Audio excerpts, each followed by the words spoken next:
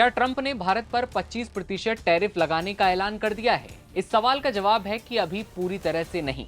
हाल ही में जब ट्रंप से भारत पर टैरिफ को लेकर बात की गई तो उन्होंने कहा कि हम फिलहाल टैरिफ पर बातचीत कर रहे हैं, अभी 1 हफ्ते लगेंगे। भारत पर 25% टैरिफ फाइनल नहीं। लेकिन इसी बीच सवाल ये कि भारत पर भारी भरकम टैरिफ लगाने के पीछे क्या है वजह? क्या ट्रंप का टैरिफ का ऐलान सिर्फ प्रेशर प्रैक्टिस है? अपने ताजा बयान में ट्रंप ने ब्रिक्स में भारत की मौजूदगी को लेकर क्या कुछ कहा? सभी सवालों के जवाब आइए जानने की कोशिश करते हैं। नमस्ते, दिव्यांशु राठौर नाम है मेरा। नवभारत टाइम्स आप देख रहे हैं। अमेरिकी राष्ट्रपति डोनाल्ड ट्रंप ने 30 जुलाई को भारत पर 25% टैरिफ लगाने का ऐलान किया और कहा कि भले ही भारत हमारा दोस्त है, लेकिन सालों से हमने भारत के साथ कंपैरेटिवली बहुत कम व्यापार किया है क्योंकि उनके टैरिफ बहुत ज्यादा हैं। ट्रंप ने यह भी दावा किया कि अमेरिका को भारत के साथ व्यापार घाटे का सामना करना पड़ रहा है। ट्रंप ने आगे कहा कि भारत से होने वाले आयात पर 25% टैरिफ और अतिरिक्त दंडात्मक शुल्क लगाने की बात कहते हैं। कहा था कि यह फैसला 1 अगस्त से लागू होगा। लेकिन इससे पहले कि टैरिफ लागू हो तारीख 31 जुलाई, जब ट्रंप से पूछा गया कि क्या वो भारत के साथ टैरिफ पर बातचीत के लिए तैयार हैं, तो डोनाल्ड ट्रंप ने कहा, हम फिलहाल टैरिफ पर बातचीत कर रहे हैं, लेकिन हम देखते हैं कि क्या होता है। इससे ज्यादा फर्क नहीं पड़ता कि हम डील करते हैं या उन पर एक निश्चित टैरिफ लगाते हैं। आपको इस हफ्ते के अंत तक इस बारे में पता चल जाएगा, यानी अभी 1 हफ्ता और लगेगा। आगे कहते हैं कि भारत के साथ हमारा व्यापार घाटा बहुत बड़ा है। प्रधानमंत्री मोदी मेरे दोस्त हैं, लेकिन वे हमारे साथ ज्यादा व्यापार नहीं करते। भारत हमें बेचता बहुत है, लेकिन हम उनसे खरीदते नहीं क्योंकि टैरिफ बहुत है। दुनिया में बहुत ज्यादा टैरिफ जो है भारत हम पर लगाता आया है, लेकिन अब वे इसे कम करना चाहते हैं। डोनाल्ड ट्रंप आगे कहते हैं कि ब्रिक्स जो है उसको लेकर भी फैसला होगा। ब्रिक्स दरअसल अमेरिकी विरोधी समूह है और भारत इसका सदस्य भी है। ट्रंप ने कहा कि ये डॉलर पर सीधा सीधा हमला है और हम किसी को भी डॉलर पर हमला करने की मंजूरी नहीं देंगे। जब यहाँ ब्रिक्स को लेकर बातचीत हो ही रही है तो आपको ये भी जान लेना चाहिए कि ब्रिक्स में कौन कौन से देश शामिल हैं। ब्रिक्स समूह में ब्राजील, रूस, चीन, भारत और दक्षिण अफ्रीका हैं। इसके नए देशों में मिस्र, इथियोपिया, ईरान, संयुक्त अरब अमीरात और इंडोनेशिया भी शामिल हैं। India was the highest or just about the highest tariff nation in the world. कई रिपोर्ट्स के हवाले से कयास ये भी लगाए जा रहे थे कि ट्रंप भारत पर भारी भरकम टैरिफ लगाने जा रहे हैं, लेकिन अब ट्रंप ने भी अपने बयान में सीधा इशारा कर दिया है कि भारत पर 25% टैरिफ अभी फाइनल नहीं है। भारत पर असल में कितना टैरिफ लगेगा ये इस हफ्ते के अंत तक पता चल जाएगा। टैरिफ के साथ साथ रूस से तेल खरीदने की वजह से भारत पर पेनल्टी भी लगेगी, जिसकी दोहरी मार भारत पर पड़ेगी। बता दें कि रूस के साथ भारत का तेल आयात इस साल बढ़ा है और भारत को तेल सप्लाई करने वाले देशों में रूस शीर्ष सप्लायर बन चुका है। इधर ट्रंप ने रूस को सीजफायर करने के लिए 50 दिन का समय दिया था, लेकिन इस समय सीमा को अब कम कर दिया गया है, यानी कि 10 दिन और। इस दौरान ट्रंप ने कहा था कि रूस का तेल खरीदने वाले देशों को अतिरिक्त प्रतिबंधों का सामना करना पड़ेगा और कहीं ना कहीं ये भी एक बड़ी वजह है कि ट्रंप भारत पर भारी भरकम टैरिफ लगाना चाहते हैं। हम ये इसलिए कह रहे हैं कि ट्रंप ने यूक्रेन युद्ध के बीच भारत के रूस के साथ संबंध और भारत रूस से जो हथियार खरीदता है उसकी आलोचना की थी।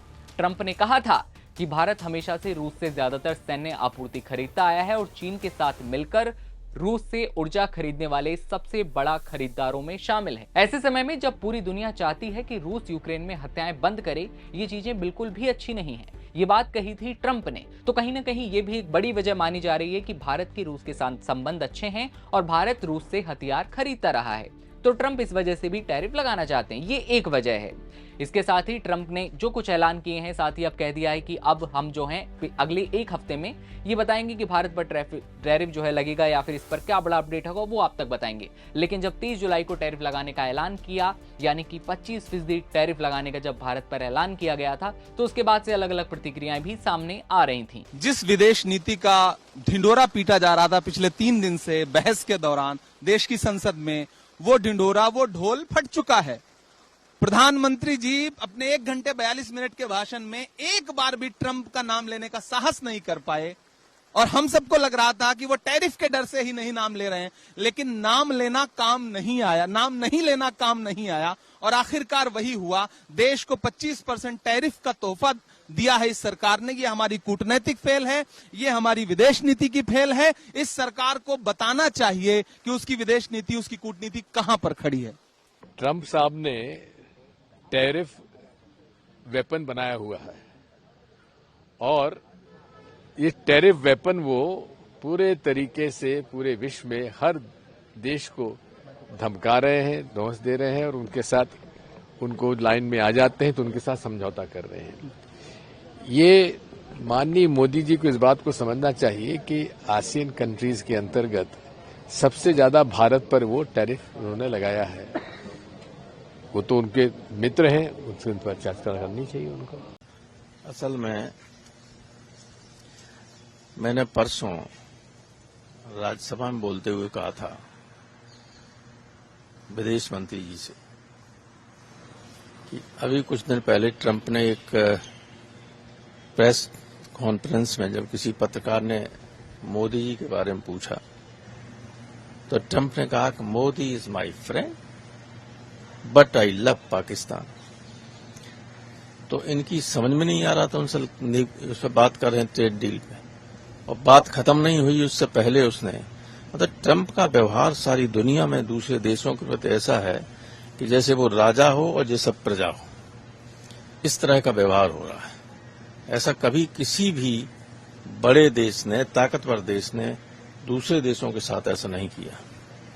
अब हिंदुस्तान को सोचना पड़ेगा अपने नए सिरे से और अपने पार्टनर सोचने पड़ेंगे बिजनेस के।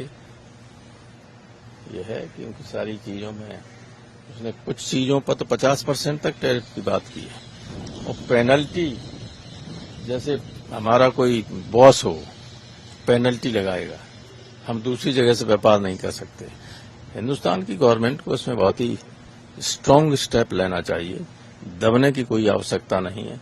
दुनिया बहुत बड़ी है, हमारी जो कमोडिटीज हैं दुनिया के दूसरे देश में बिक सकते हैं। ये कायदे से ये सारे माइक हमारे प्रधानमंत्री जी, हमारे गृह मंत्री जी के पास जाना चाहिए, तो हम तो उनके साथ खड़े हैं। मैंने आज भी सदन में एक प्रस्ताव रखा है राज्यसभा में, call him the greatest liar of the century. उस प्रस्ताव को स्वीकार करिए। ये व्यक्ति आपे से बाहर हो रहे हैं और ये हिंदुस्तान की किसी सरकार को डिमीन नहीं कर रहे हैं, हिंदुस्तान को डिमीन कर रहे हैं। लेकिन पता नहीं क्यों मेरी सरकार चुप है, आर ले रही है। अरे साहब, एक शाम खाएंगे लेकिन किसी की चौधराहट नहीं सुनेंगे। ये बनाइए हिंदुस्तान। अब जैसे ही कोई बड़ा अपडेट सामने आता है आप तक पहुंचाएंगे। कैमरा संभाल रहे हैं विक्रमादित्य और मैं आपके साथ दिव्यांशु राठौर। देश दुनिया की तमाम खबरों के लिए बने रहिए नवभारत टाइम्स के साथ। नमस्कार।